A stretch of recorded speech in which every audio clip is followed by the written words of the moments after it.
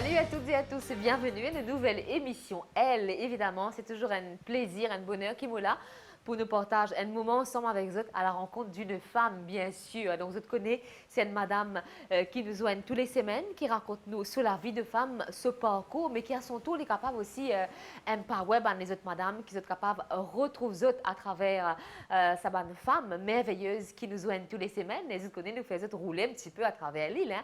Alors, aujourd'hui, nous dans le nord, précisément à Pointe-aux-Canonniers, un petit peu venteux, mais il fait beau.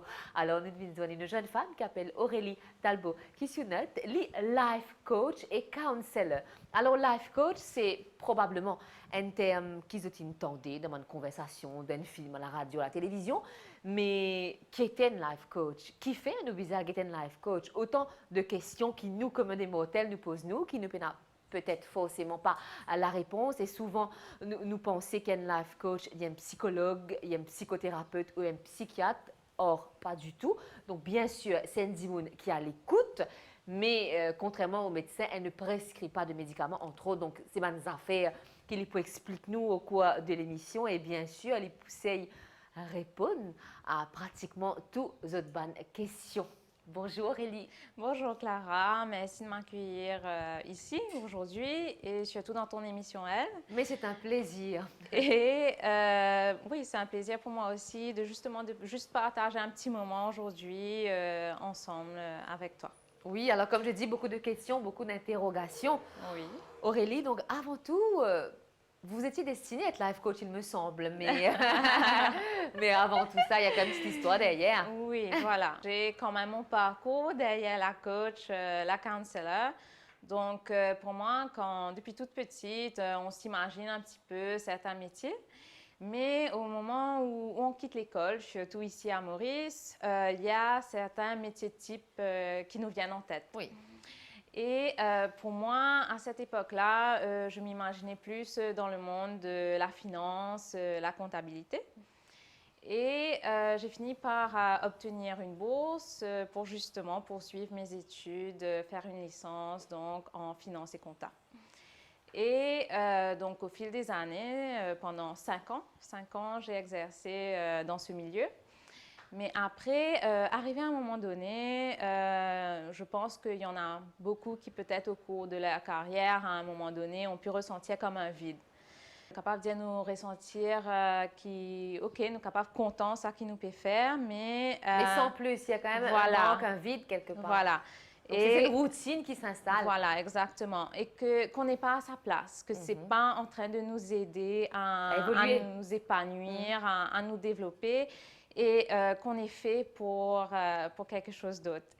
Et c'est là où, donc pour moi, je me disais un jour peut-être, mais arrivé à un moment donné, il y a eu un déclic et c'est là que je me suis dit, je retourne vers mes études.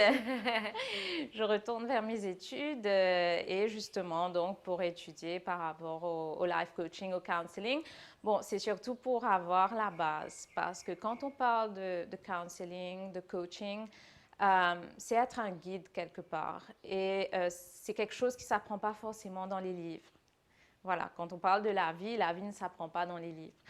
Donc, j'ai eu quelque part, pas forcément la malchance, mais la chance aussi d'avoir des étapes au cours de ma vie qui ont fait que je puisse maintenant justement guider les autres, des choses qui ne s'apprennent pas dans les livres, que c'est justement quelqu'un qui peut nous transmettre ou c'est par nous-mêmes d'essayer de justement passer à travers ces situations. Donc oui, malheureusement, il n'y a pas d'âge pour les épreuves, mais quelque part, ça a été une force pour moi. Ça vous a fait grandir. Alors, bien sûr, la première question qu'on se pose, qu'est-ce qu'une life coach? Pourquoi est-ce que je dois venir une life coach? Bien sûr, le commandé modèle, comme je dis. Donc, on se pose pas mal de questions. Oui, bien sûr. C'est un terme, surtout à Maurice, qui est pas trop commun, qui peut des fois paraître un petit peu rigolo aussi, de dire, oui, un coach de vie, on a besoin d'un coach.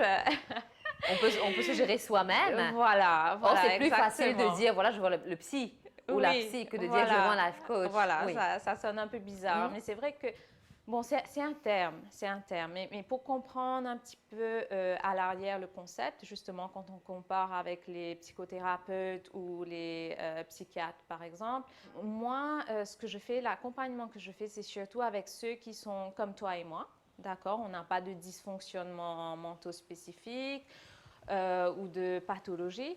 Mais dans notre vie de tous les jours, on fait face à certaines choses. Et il y a des moments où, et ça peut même durer pendant des années, où on se sent comme retenu en arrière et il y a quelque chose qui nous retient, on n'arrive pas à mettre des mots dessus.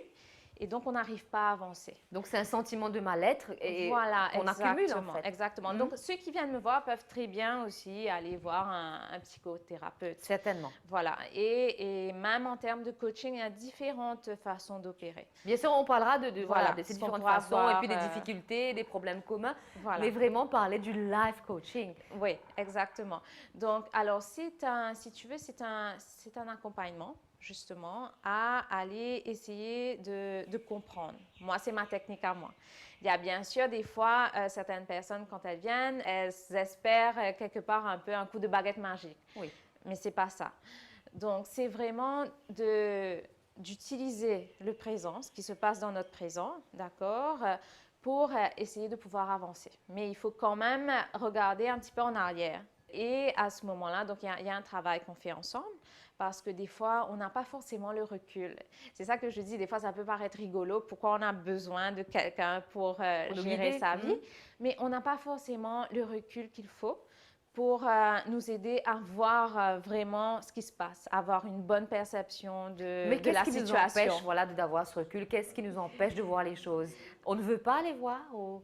Alors, il y a des fois, exactement... Il y a des choses qu'on ne veut pas forcément revivre, peut-être. Oui. Ou on se dit déjà, parce que beaucoup de ces blocages qu'on a proviennent des moments qu'on a pu vivre un petit peu plus tôt durant notre enfance. Et très souvent, on se dit, ça nous passe par la tête, mais peut-être que je suis comme ça, ou peut-être que j'ai cette façon de fonctionner à cause de quelque chose qui remonte à bien qui a fait de moi la personne que je suis aujourd'hui. Voilà, mais ensuite, on se dit, oui, mais de toute façon, ça n'a pas de sens. J'étais enfant, c'est normal ce qui s'est passé.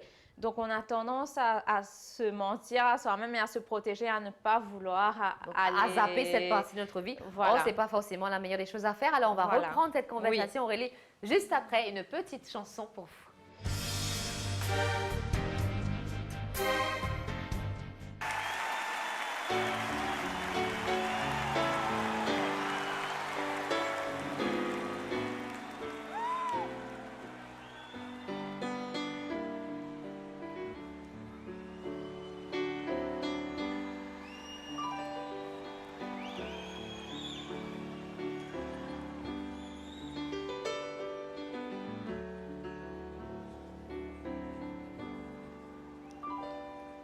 When you're weary, feeling small, when tears are in your eyes, I will dry them all. I'm on your side. Times get rough and friends just can't be found, like a bridge over troubled water. I will lay me down.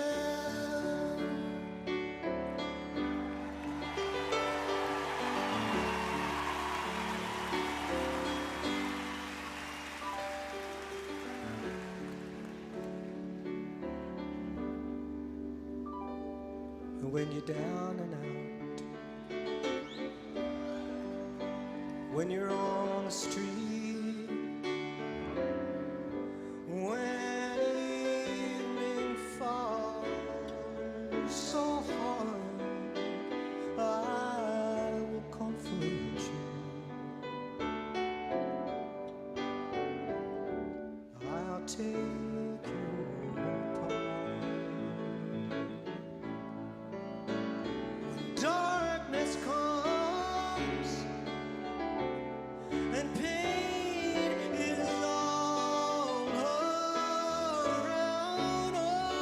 just like a bridge over troubled water. I will lay me down like a bridge over troubled water.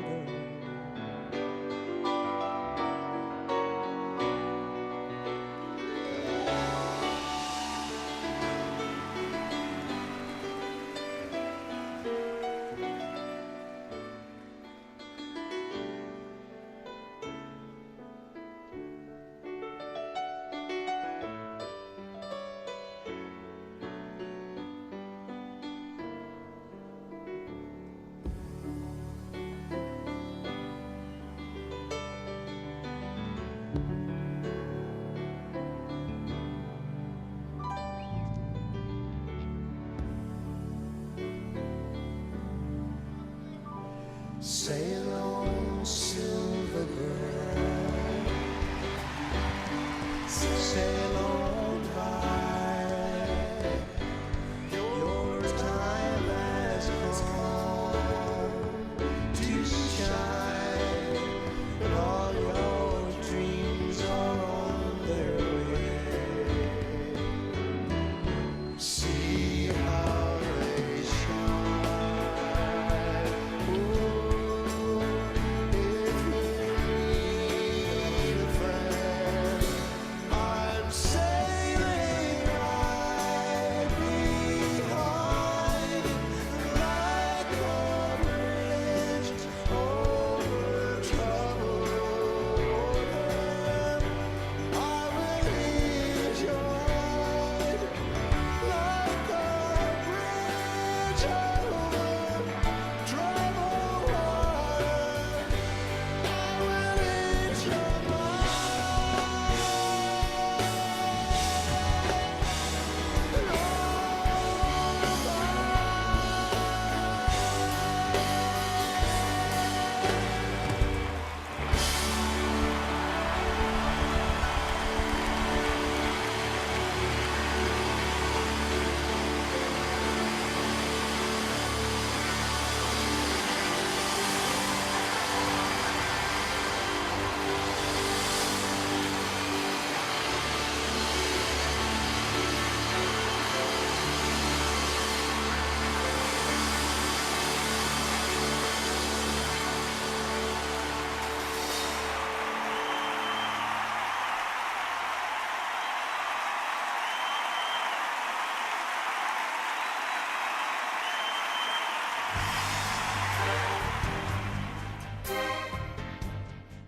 Alors, pour pouvoir faire face à ces problèmes, et malheureusement, il faudra puiser dans un passé un peu douloureux. Et c'est ça qui nous empêche d'avancer. Voilà. Oui. Et des fois, on a carrément presque qu'oublié ce côté. Mais est-ce qu'on oublie vraiment? Non, Oui, on n'oublie pas. Il y a toujours, ça doit être là quelque part. il y a non? toujours, comme j'appelle, des symptômes qui nous rappellent, si tu veux. Mhm. Mais en fait, ce qui se passe, c'est que quand on est tout petit, notre mental, il a déjà capté qu'il y a certaines choses qu'on est trop petit pour faire face. Donc, si tu veux, on va essayer d'adapter notre façon de réagir, de fonctionner, justement parce qu'on sait que quelque part, on a besoin de ceux qui sont autour de nous, d'accord, de nos parents, par exemple, ou autres personnes qui s'occupent de nous, et où on n'ose pas aller vraiment contre eux. Et on refoule certaines choses. Il faut se taire, surtout que tu es un enfant, il faut que tu restes tranquille. Il y a des choses qui ne se disent pas, que tu ne peux pas demander. Oui. Et même le mental, lui, il ne va pas essayer de forcément questionner parce qu'il nous protège déjà. Donc, en fait, le mental nous protège et il nous bloque. Et très souvent, on va voir qu'à l'adolescence, il y a déjà certaines choses qui vont retourner. Une révolte aussi chez certains adolescents, oui. Et pour d'autres, peut-être que non. Ils vont continuer justement à se laisser, essayer de se protéger quelque part. Mais tôt ou tard, quand on devient adulte, on a tellement de choses auxquelles on doit faire face, le monde du travail, que ce soit la vie de couple, et où là, on commence à justement ressentir qu'il y a quelque chose qui ne va pas. Donc, je ne suis pas bien, mais je ne sais pas pourquoi. Voilà. Ça arrive, exactement, ça, exactement. Voilà. Et par moment, il peut y avoir justement, comme tu dis, on n'oublie pas forcément. Quelque chose en nous qui nous rappelle certaines situations, mais on se dit, arrivé à un moment donné, comme je l'ai dit tout à l'heure là, mais de toute façon, ça ne peut pas être ça n'a pas d'importance parce que j'étais petite, c'est normal, on essaie de relativiser les choses. Or, ce n'est pas la meilleure des choses à faire. Voilà. Il arrive un moment où, justement, ces symptômes que j'appelle, qu'on va ressentir, ça peut être la tristesse qui est toujours omniprésente ou une certaine colère et où il y a un moment où ça va devenir tout simplement trop et où il y aura ce déclic qui va faire que l'on réalise que peut-être qu'il y a un travail à faire. Et c'est là où, bien souvent, donc, j'ai certaines personnes qui m'approchent. Qui sont conscients, parce que ce sont des personnes conscientes, mais nous avons aussi Voilà. des personnes qui, malheureusement, voilà, comme vous dites, ils ont un comportement différent, ils sont peut-être nerveux ou tout le temps tristes. Et quand tu entends des remarques, je suppose, pourquoi es-tu triste? Pourquoi est-ce que tu es toujours nerveuse? Pourquoi est-ce que tu n'es jamais bien dans ta peau? Ben là, ça n'aide pas forcément la personne. Donc, je pense que l'entourage aussi a un rôle à jouer. Oui, bien sûr. Bien sûr, et c'est là où la personne commence à prendre conscience qu'il y a quelque chose qui ne va pas. Et quand je te dis qu'il y en a qui, arrivé à un moment donné, qui décident, par exemple, moi, de m'approcher. Et c'est justement arrivé le moment où on est un peu comme vraiment trop resserré. On sent qu'il y a quelque chose donc, c'est là qu'on est qui nous oppresse. Oui. Et voilà, donc pour moi, cette situation-là, elle est idéale. Beaucoup à ce moment-là peuvent se dire, oui, je suis au fond du trou, là. Il y a rien à faire. Voilà, il n'y a rien à faire. Or, vous dites que c'est le contraire. Voilà, pour moi, au contraire. Au contraire, c'est dans un moment que, justement, des fois, nous sommes capables de ressentir une certaine colère ou tristesse, mais nous pas en vie plus en profondeur ou nous pas conscients qu'il y a un problème. Pour nous, ça fait partie de notre quotidien. Nous habitués vivre comme ça. Donc voilà. Arrivé à un moment donné, on se dit carrément, oui, mais ça forme partie de ma personnalité. Je suis comme ça. Ben, c'est pas maintenant que ça va changer. Donc, et pour moi, c'est là où vraiment quelque part c'est le pire. Parce que comme je dis, on a besoin des symptômes pour pouvoir travailler. D'accord? Et si la personne se bloque et ne se laisse pas aller dans ses émotions, il n'y a pas de symptômes pour travailler. Demain, si tu me dis que tu es malade et que, d'accord, tu vas voir le docteur et te demande qu'est-ce qu'il y a. Tu dis, bah, je ressens rien. Toutes les questions qu'on te pose, rien non. du tout. Ben, il ne pourra rien faire pour toi. Donc, au final, c'est une bonne chose quand on commence à se sentir mal. Parce qu'il y a des fois où, justement, on peut être quelqu'un de colérique, il y a plusieurs choses, mais où on se dit oui, mais ça va, où on ne va pas forcément mal. Je gère.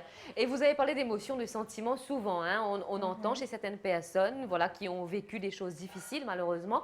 Souvent, certaines personnes nous disent ben, moi, je me suis fermée à toute émotion. Est-ce que c'est possible de se fermer à toute émotion? J'ai fermé mon cœur, j'ai fermé mon âme, j'ai fermé mon esprit. Est-ce que c'est possible? On le dit, mais est-ce que c'est possible de se fermer à toute émotion, justement? Alors, Aurélie? Justement, on peut se bloquer. Mais se fermer, pas vraiment, parce que... Facile à dire. Voilà, il y aura toujours un rappel. Dans chaque petite chose de la vie de tous les jours, n'importe quelle petite situation, il y aura certaines choses qu'on va prendre de telle manière ou une certaine façon qu'on aura de s'auto-saboter qui fera que justement, donc il y a des conséquences qui font que ça n'ira pas. C'est peut-être pas le souci en lui-même qui nous rend mal, parce qu'on essaye justement de ne pas y penser, on se bloque et on se dit on ne va pas retourner dessus. Mais ce qui nous fait du mal, donc, ce sont les conséquences de la vraie cause. Okay. Et voilà. Mais un terme aussi, et moi j'utilise ces termes-là parce qu'il faut qu'on pense à nos téléspectateurs, hein? C'est des questions, c'est des interrogations. Et souvent, il y a certaines personnes qui nous disent aussi, ben moi, je ne serai jamais heureux parce que mon passé va toujours me rattraper. Or là, il y a quelque chose à faire. Tout espoir n'est pas perdu, il y a du travail à faire, oui. Mais il n'y a pas de hopeless case, comme on dit. On peut aider tout le monde. Non. Oui. Parce que... Mais encore faut-il que la personne veuille se faire aider. Voilà. Parce que c'est quand même, ça va dans les deux sens. Voilà, parce que comme j'ai dit, on a besoin de ce recul que peut-être justement on n'a pas. Et c'est pour ça qu'on se dit, mais de toute façon, voilà, il n'y aura pas d'amélioration, il n'y a pas d'espoir. Ça fait tellement d'années que ça a été comme cela que ça ne va pas forcément changer. Et par rapport à ceux qui viennent me voir, ce sont des personnes de tout âge. Ça peut être même au-delà de 60 ans, où on se dit, voilà, non, il faut que j'essaye. D'accepter que quelque part, il peut quand même y avoir un chemin. Bien sûr, donc il n'y a pas d'âge. Quand on sent le besoin voilà, de parler, d'aller consulter, bien allez-y. Et nous, on va continuer donc à répondre à ces mille et une questions qu'on se pose autour du life coaching, juste après notre petite rubrique sur le Vastou.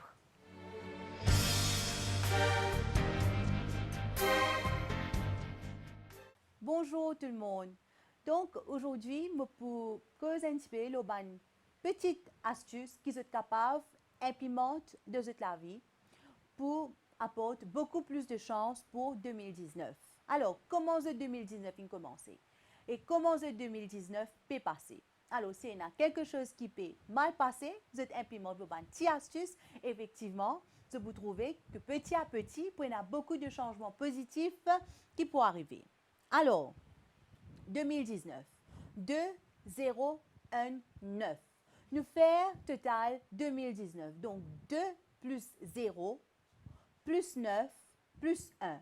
Donc, ça nous fait 12. Et 1 plus 2, ça nous fait 3. Qui veut dire 2019 est gouverné par la planète Jupiter. Donc, Jupiter, qui lui fait de nous la vie? Qui lui apporte? Premièrement, Jupiter lui apporte de la sagesse, qui nous aussi appelle wisdom en anglais. Et deuxièmement, il donne nous une idée superbe que nous sommes capables de faire, que il donne nous une inspiration, que nous sommes capables de faire quelque chose de nouveau dans la vie. Donc, qui nous peut faire si nous connaissons que 2019 et il peut être gouverné par Jupiter. Donc, qu'est-ce que nous devons faire? Alors, nous devons renforcer Jupiter. Alors, comment nous faire ça? 3 petites astuces que nous sommes capables de renforcer Jupiter. Premièrement, qu'est-ce que nous devons faire? Nous devons améliorer l'énergie de Jupiter dans l'espace, dans la case, dans la cour. Comment nous améliorons ça? Right? Donc, Jupiter, normalement, il est relié avec couleur jaune. Alors, c'est que moi, mon conseil, implémente beaucoup plus de plantes, plus de fleurs, couleur jaune, couleur orange, couleur dorée dans la case, dans la cour. De là, il peut améliorer l'énergie de Jupiter et de là, il peut apporter beaucoup de chance et aussi de prospérité. Deuxième astuce. Vous êtes capable de prendre un morceau de papier doré, recto verso, les besoins doré. Ou si vous avez un papier, vous avez un morceau de tissu. Tissu là aussi, besoin doré. Donc, vous prenez tissu ou papier, ok? Vous gardez dans votre porte-monnaie. Et de là, l'énergie dorée, il peut apporter beaucoup de prospérité. Maintenant, troisième astuce.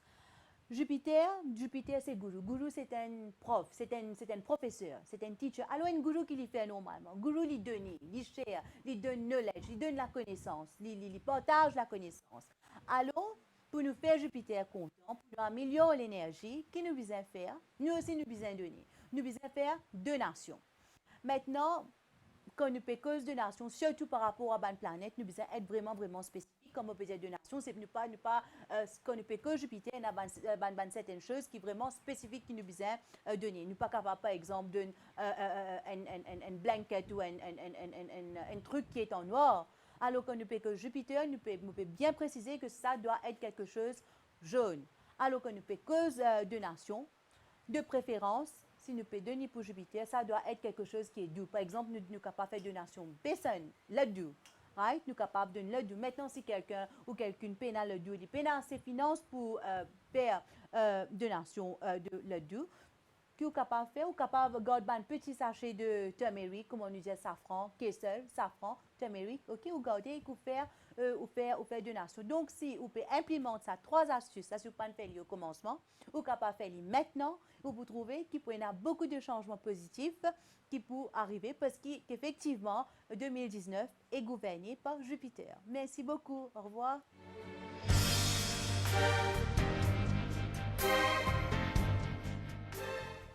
votre émission, elle, d'aujourd'hui, avec Aurélie, qui est life coach. Alors, nous avons fait un petit peu le tour du life coaching.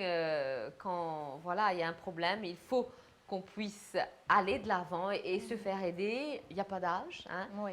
C'est comme la maladie d'amour, hein? C'est de 7 à 77 ans, voire au-delà. Hein? Donc, il ne faut pas hésiter à en parler. Et surtout l'entourage, quand vous voyez, je suppose, hein, une personne que vous voyez tous les jours, que vous voyez un changement de comportement, d'attitude, ben, au lieu de rejeter une personne, mais d'essayer de parler, d'être à l'écoute, c'est très important aussi. Alors, puisqu'on parle de milieu professionnel, il y a un terme qu'on entend vraiment souvent, en tout cas que moi j'entends. Comment vas-tu? Moi, je suis burn-out. Ça, c'est un terme vraiment très commun.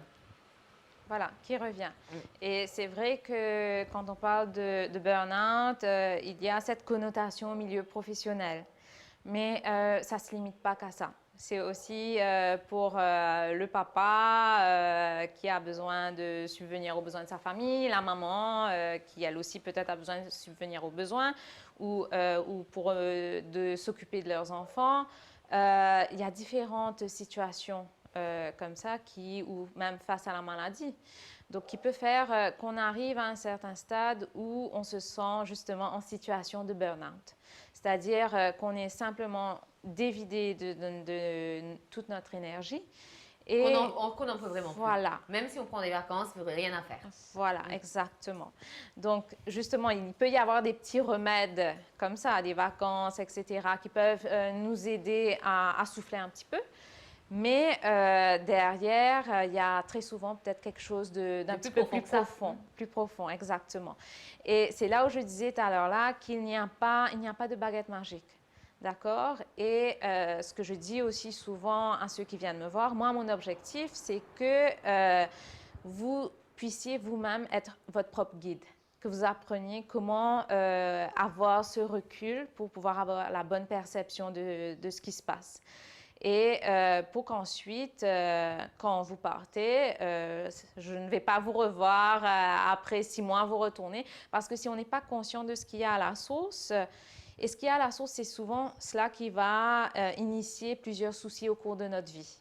Donc, mais dès qu'on arrive à comprendre ce qui se passe à la source, ben, automatiquement, dans 10 ans, je ne serai pas là, mais la personne aura les outils qu'il faut justement pour faire face à cette situation même si elle ne va pas consulter. Voilà, donc, si elle se de sent mal, elle burn-out. saura Exactement. quoi faire. Voilà, elle a appris donc à travers le parcours, le chemin qu'on fait ensemble, comment justement apprendre à avoir du recul et à pouvoir obtenir une bonne perception de la situation, de ce qui se passe et de comprendre qu'est-ce qu'il y a en moi qui fait que les choses se passent d'une telle manière. Et très souvent, on peut aussi se dire, mais ça m'arrive souvent ou c'est toujours moi, c'est toujours les mêmes choses qui se passent. Pourquoi moi? Voilà. Donc l'apitoiement. Voilà, exactement. Et surtout qu'on remarque qu'au cours de notre vie, il y a plus ou moins le même type de soucis qui se répètent. Donc, voilà, il est essentiel pour justement éviter que le burn-out persiste parce qu'on s'épuise au fil des événements, des obstacles qu'il y a au cours de notre vie. Et donc, où c'est important de comprendre son propre fonctionnement. Certainement. Alors, faire appel à des professionnels comme Aurélie, bien sûr, elle peut nous aider, mais la clé vraiment pour qu'on puisse se reconstruire, il faut qu'on puisse puiser vraiment au fond de soi-même. Voilà, donc, exactement. Parce que nous avons tous les outils qu'il faut, mais encore faut-il qu'on veuille s'aider soi-même. On a les réponses. On a les réponses qu'on n'arrive pas forcément à trouver. Et c'est là mon rôle, c'est pas de donner les réponses, mais c'est d'aider la personne à trouver les réponses qui se trouvent déjà en elle-même. Le pourquoi des choses pour qu'elle puisse finalement avancer sans justement faire face à cette situation où elle est retenue en arrière et où elle finit en situation de burn-out. D'accord, nous avons parlé de petits remèdes et bien sûr, comme je l'ai dit au départ, donc Aurélie est là pour écouter les autres, pour accompagner les autres quelque part, mais elle n'est pas médecin. Donc, elle ne prescrit pas. Par exemple, une personne qui se sent mal, si elle va voir un médecin, on peut lui prescrire des antidépresseurs. Oui. Voilà, mais ce qui n'est pas votre cas.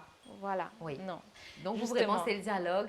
Voilà, exactement. C'est cet accompagnement. Donc, en parallèle, la personne peut, parce que des fois, peut-être qu'on n'a pas la force qu'il faut. On n'a pas l'espoir qu'il faut. D'accord? Parce que, en fait, quand on parle de dépression, il y a un débalancement chimique simplement dans notre tête et où donc on n'a plus vraiment le courage et l'espoir. Et peut-être que des fois, on a besoin justement des médicaments pour juste nous donner ce petit plus, Boost, voilà, ce oui. petit boost qui va faire qu'on sera en état de pouvoir faire un travail, faire un chemin ensemble. Mais est-ce que c'est facile? Bien sûr, un petit peu plus tard, nous allons parler de la confiance en soi. Mais est-ce que c'est facile de faire ce pas, d'aller vers une personne, surtout de parler de ses problèmes, peut-être les choses les plus intimes? Est-ce que c'est facile de s'ouvrir aux gens, de parler? Je pense aussi que ça dépend de la personne à qui on parle. Parce que ça m'est arrivé certaines fois d'avoir certaines personnes qui me disent « Oui, mais ce que je suis en train de vous dire là, je n'ai jamais dit cela à personne. » Donc, ça dépend vraiment de cette connexion qui se fait entre les deux personnes et qui fait qu'on puisse justement être guidé à dire certaines choses qu'on n'a jamais osé vraiment dire ou simplement qu'on a besoin de dire. Donc, c'est vraiment, pour moi, c'est comme un pèlerinage ensemble vers un objectif. Et comme toute personne, on a des objectifs. Même moi, ce que je fais, avant tout, je le fais pour moi aussi. C'est faux de dire qu'on fait quelque chose et qu'on s'oublie complètement. Pas du tout. Donc, moi, ce qui me fait du bien, c'est justement, comme je parle de ce pèlerinage, qui est d'accompagner l'autre et qu'on puisse ensemble l'amener à trouver une paix intérieure qui est inconditionnelle. C'est-à-dire, peu importe ce qui se passe autour, il y aura quand même cette paix qui reste. Et dès qu'elle va justement pouvoir apprendre à comment arriver à ce stade, c'est quelque chose qui va ensuite, elle prend son envol. Voilà, c'est une clé pour et la moi, vie, je en me fait. retire. Ah oui. Et voilà. D'accord, en tout cas, c'est passionnant en même temps d'apprendre à se connaître soi-même. Ben là, je vous propose une autre petite chanson et on se retrouve après.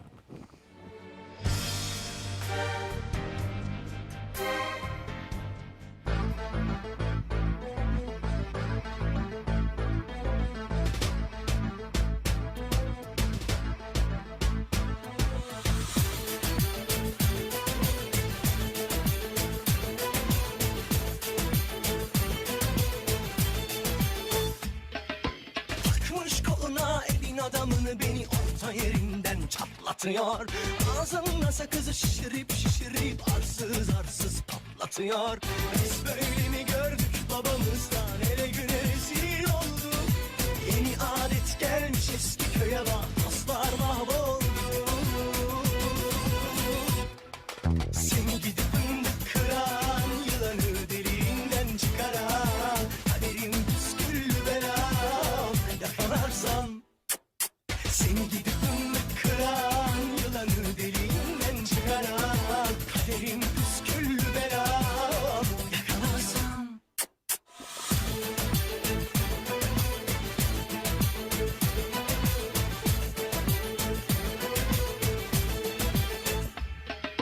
Takmış koluna elin adamını beni orta yerinden çatlatıyor. Ağzına sakızı şişirip şişirip arsız arsız patlatıyor. Biz böyle mi gördük babamızdan, ele güne rezil olduk. Yeni adet gelmiş eski köye bak, dostlar mahvoldu. Seni gidip fındık kıran, yılanı deliğinden çıkaran, kaderim püsküllü belam, yakalarsam. Seni gidip fındık kıran, yılanı deliğinden çıkaran, kaderim püsküllü belam, yakalarsam. Ocağına düştüm yavrum, kucağına düştüm yavrum, sıcağına düştüm yavrum, el aman. Ocağına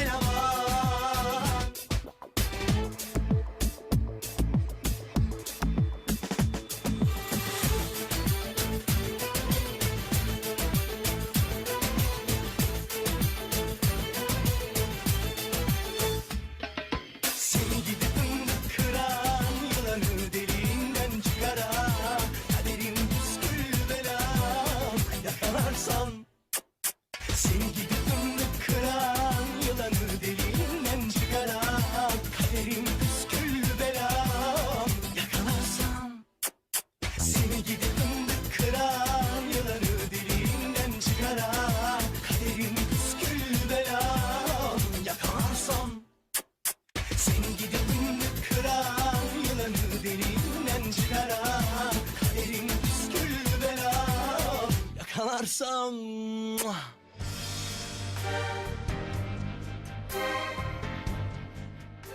Alors, ça va toujours, Ellie? Oui, ça va. On a fait un peu Sarah. le tour des choses et souvent, nous parlons de l'estime de soi, de la confiance en soi. Et nous avons tendance à perdre confiance en nous par rapport aux situations de la vie, aux obstacles, aux épreuves, n'est-ce Oui, pas? exactement. Oui. Et d'abord, quand on parle d'estime de soi et de confiance en soi, il y a souvent un petit peu une confusion entre les deux, qu'est-ce qui est quoi. Donc, pour faire simple, quand on parle d'estime de soi, c'est la valeur qu'on donne à ce qu'on est. La confiance en soi, c'est la valeur qu'on donne à ce qu'on fait. D'accord, donc D'accord, on parlera ce sont de l'estime deux d'abord. choses Différentes, différentes. donc. D'accord, mais qui sont reliées finalement. Donc, quand on parle d'estime de soi, c'est de pouvoir se dire qu'on est inconditionnellement aimable, qu'on vaut la peine et justement, donc on est valable. Donc, voir que les belles choses, en fait, ne pas se s'autocritiquer. Voilà, exactement. Qu'on est valable comme on Oui, est. voir Et les qualités pour qu'il y a en moi, nous. comme je dis souvent, quand on pense à la valeur de l'être humain, on est chacun unique. D'accord? C'est bien plus que le prix d'un diamant qui en lui-même, il peut être assez unique. L'être humain, il n'y en a pas deux comme toi, comme moi. Et justement, si on revient au moment de notre naissance, simplement, donc, soit nos parents ou d'autres personnes qui se sont occupées de nous, ces personnes ne savaient pas ce qu'on allait être un jour, si on allait être riche ou bien pas, quel métier on allait faire, si on allait être beau ou pas. Mais ces personnes nous ont traités comme un trésor. On sait, un bébé, il faut s'en occuper. Il faut toujours avoir les yeux dessus, comme sur un trésor qu'on garde. Et sinon, il ne va pas survivre.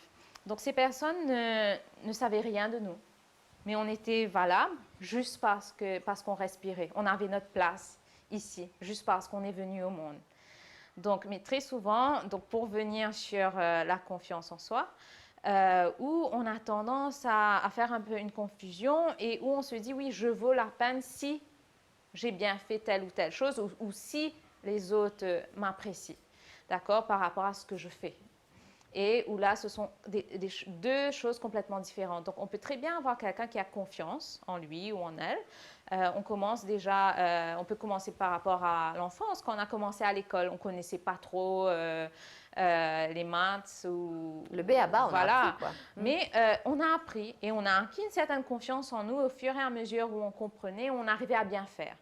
Le moment est arrivé pour nous tous où il y a eu des échecs qui ont commencé à s'installer. On a perdu la confiance en soi, mais dès le moment où on a recommencé à apprendre ou quoi, on a recommencé à bien faire. Donc la confiance en soi, elle vient et elle part. Mais pour moi, elle est tout en haut et en dessous, il y a l'estime de soi. C'est ce qui fait que quand on fait face aux échecs, on peut toujours se dire, mais c'est pas la fin du monde. C'est bon, la prochaine fois, je mettrai un petit peu plus d'efforts et ça ira. On n'est pas accablé. Justement, parce qu'on a l'estime de soi qui est comme un matelas et on arrive à se dire, mais c'est pas pour ça que je ne vaux rien. Et qui fait qu'on ne tombe pas et on ne s'écrase pas sur le sol, on ne se fait pas mal. Parce que quand il manque ce matelas de l'estime de soi, quand on fait face à, même si ça peut être un jour, on décide de faire son propre business par exemple, et où on fait face aux échecs, et où à ce moment-là, s'il n'y a pas l'estime de soi, on s'écrase et on a plus de mal à se relever. Donc, où c'est important d'avoir l'estime de soi. Mais l'estime de soi, c'est quelque chose qui se crée quand on est petit. Dans la façon dont nos parents nous élèvent. C'est le parcours de toute une vie, l'estime de soi. Et les adultes, comment ils nous traitent, les adultes autour de nous. Donc, il y a des gens, mais de nos jours, c'est difficile à trouver, mais qui ont vraiment une bonne estime d'eux-mêmes. Mais très souvent, il y a un peu un manque de ce côté-là.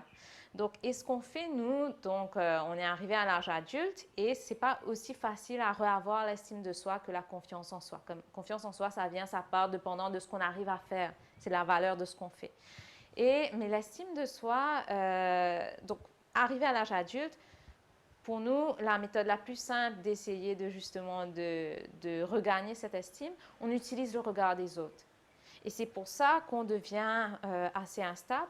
Parce que le regard des autres... Qu'est-ce que l'autre va penser de moi? Voilà, exactement. Ça veut dire qu'aujourd'hui, je te dis, d'accord, Clara, c'est très bien l'émission que tu as fait. Tu vas te sentir bien. Ah, je me sens valable. Mais si j'étais venue te dire, ah ben non, tu sais, tu as essayé, mais c'est pas bon du tout, si tu manques d'estime de toi, ben, tu vas utiliser ce que je dis pour t'évaluer. Donc d'un moment à un autre, tu peux être bien ou mal, et ce sera un peu un yo-yo tout au cours de ta vie, et tu ne seras pas forcément bien.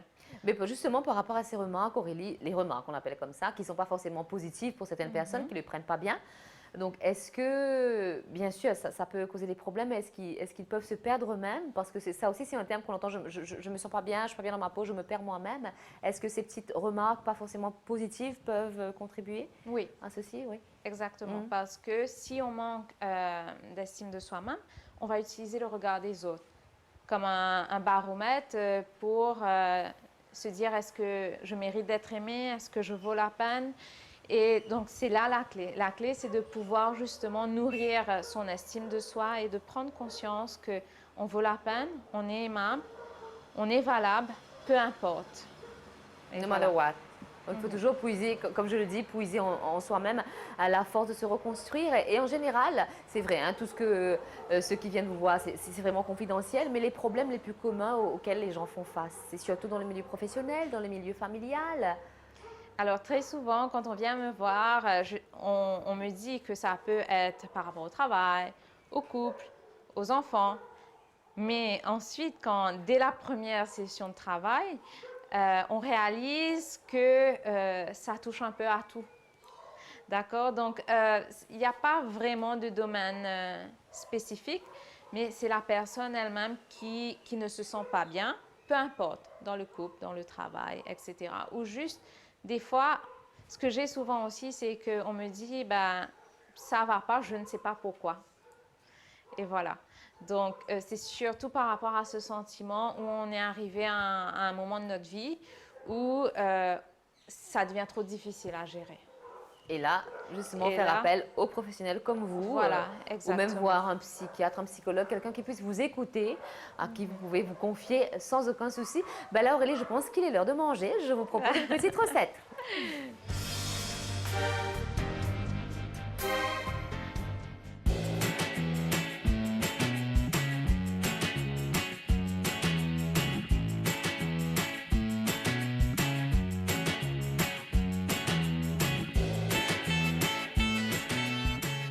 Bienvenue dans Astuces du Chef. Moi, chef Zulfikar Ali, et j'ai le plaisir pour présenter une recette bien facile, c'est génoise.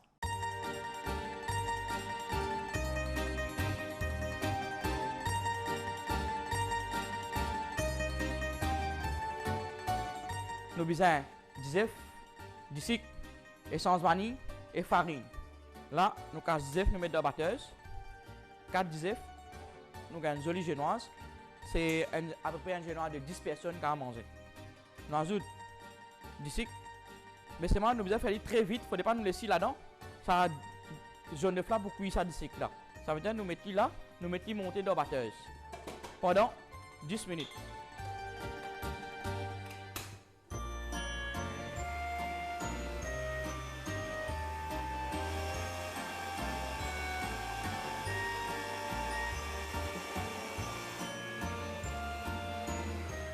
Et voilà, après 10 à 15 minutes qui nous bien batté et nous incorporons, voilà. Un autre astuce, quand nous paraît, c'est de faire un ribon. Ok? Là, il ne faut pas nous trop tarder avec lui. Nous pour mélanger la farine, chiquite par chiquite. Là, vous trouvez que moi, je mélange ça. C'est un autre astuce. Moi, je vais faire les brides. Je vais faire les bien doucement. Voilà, pour nous incorporer dans des flaves et des cycles là. C'est nous bien mélanger bien. Pas trop vite, voilà. Nous mettons toute la farine. Là, on ajoute l'essence vanille. Voilà. Là, nous mélangeons bien. Là. Voilà. Là, on ajoute l'essence vanille. C'est qu'on vient ajouter l'essence orange, soit l'essence amande. Je fais une génoise amande, je vais rajouter. Voilà. Nous avons une ring de 20 cm. Et même les peines à fond, il y en a fond. Parfois, nous besoin graisser si il y en a fond. Nous graissons bien, après nous farinons la farine. Nous mettons dans une plaque, nous avons un papier cuisson, un papier gras qui nous pose là-dedans. Là, nous coulons génoise.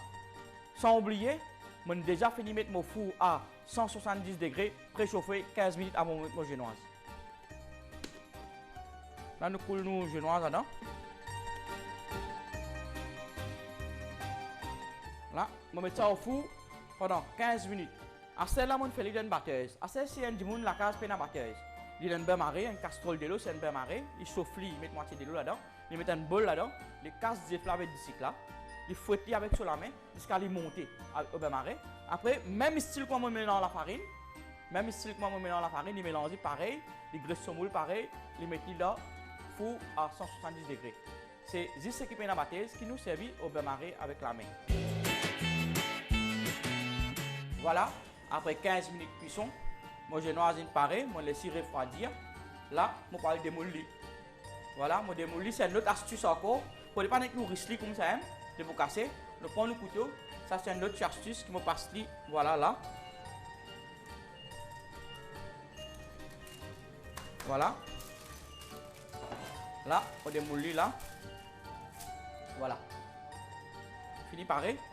Là, vous pouvez bien refroidir. Mon carboli dans loin, il va casser. Là, je lance pareil. Je vais manger avec custard, je vais décoller avec crème fraîche, je vais décoller avec une mousse chocolat. Je vais get ce que j'ai envie, je vais manger comme ça avec du thé ici, capable de manger.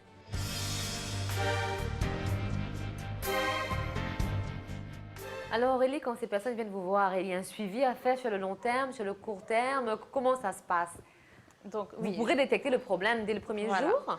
Donc, alors, comme j'ai dit, des fois on vient me voir avec une raison spécifique, je manque de confiance en moi, et où, par exemple, on découvre que c'est l'estime de soi qui pose souci.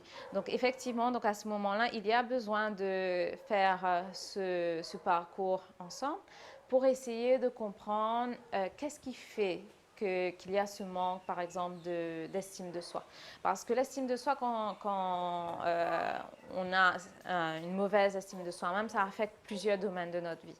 Donc, et là, il faut vraiment essayer de comprendre d'où ça vient, ce manque, et pour pouvoir justement faire face au futur et surmonter ce blocage et arriver à avancer. Donc, effectivement, donc ça prend du temps. Ce n'est pas quelque chose qui prend des années, mais ça peut prendre plusieurs sessions pour arriver à un moment donné où la personne comme moi-même, on va savoir que le moment est arrivé où elle est prête à prendre son envol. Oui. Voilà.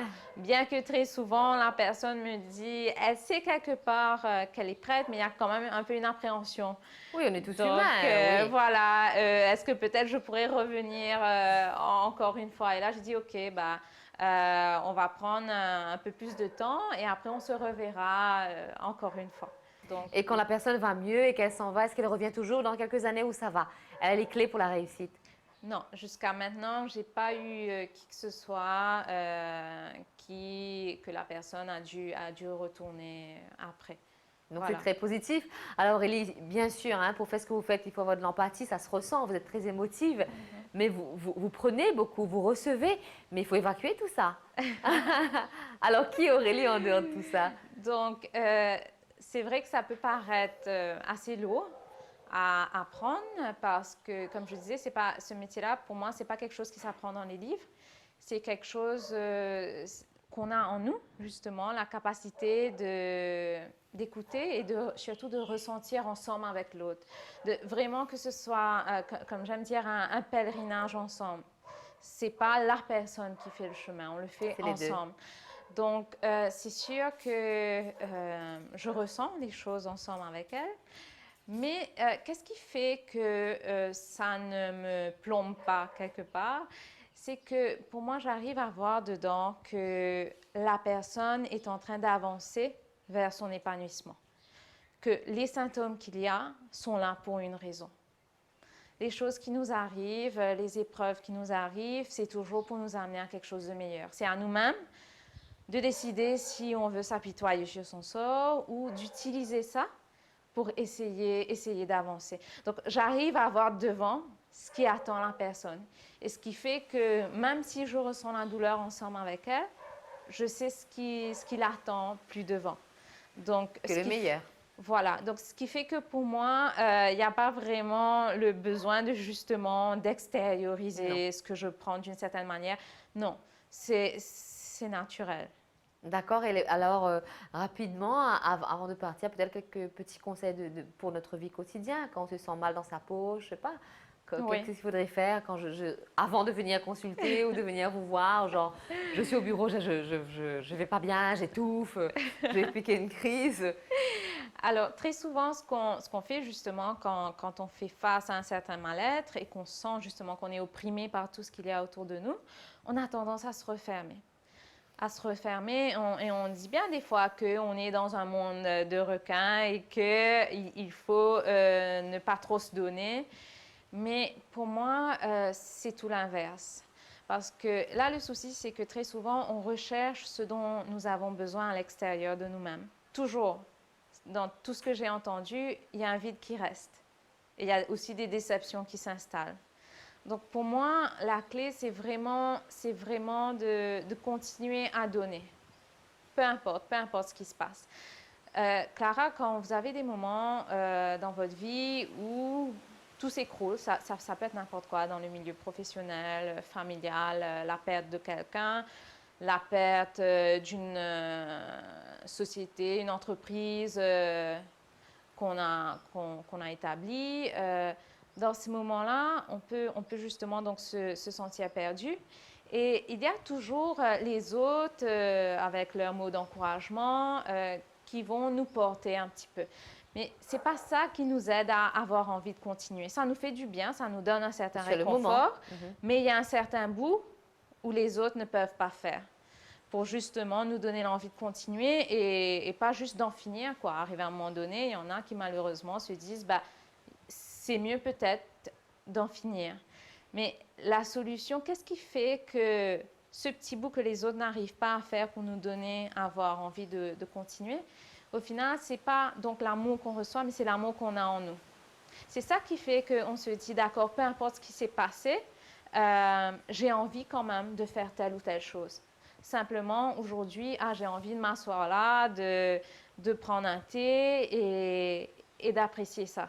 Donc, trouver son bonheur dans les petites choses de la vie, voilà. en fait. Oui. En fait, c'est de puiser dans l'amour qu'on a en nous-mêmes. Donc, c'est pour ça qu'on se perd. On se dit, vaut mieux que je me ferme, je bloque mes sentiments, que j'arrête de donner pour me protéger, que ce soit au travail, dans une relation. Et c'est là où, justement, on se perd. Donc, la solution, c'est simplement de continuer à puiser de cet amour qu'on a en nous. Parce que c'est ça qui fait qu'on n'a pas envie d'en finir. C'est ça qui fait qu'on peut retrouver un moment de paix, cette paix qu'on avait perdue. Et c'est ça qui fait aussi qu'on peut trouver la paix inconditionnelle. Parce qu'on a cet amour en nous qui fait qu'on pourra comprendre les autres aussi, par exemple. Et voilà. Donc pour moi, le message, c'est vraiment de ne pas se fermer, de puiser dans cet amour. C'est ça qui va nous aider à faire le bout de chemin qu'il faut. Ben voilà, c'est si joliment dit. En tout cas, Aurélie, merci de nous avoir accordé ce petit moment. On a pu comprendre c'est quoi le life coaching, le counseling. Et voilà, donc la clé, c'est vraiment de puiser en nous-mêmes la force de se reconstruire parce qu'on a tous de l'amour en nous. Il faut savoir l'extérioriser. En tout cas, merci encore Aurélie. Merci à vous, fidèles téléspectateurs. Et vous savez comment faire. Hein? C'est comme Aurélie. Vous voulez partager avec nous un petit moment, numéro de téléphone, adresse mail. Merci encore et je vous souhaite une belle journée ou soirée. Et je vous dis à bientôt. Bye bye.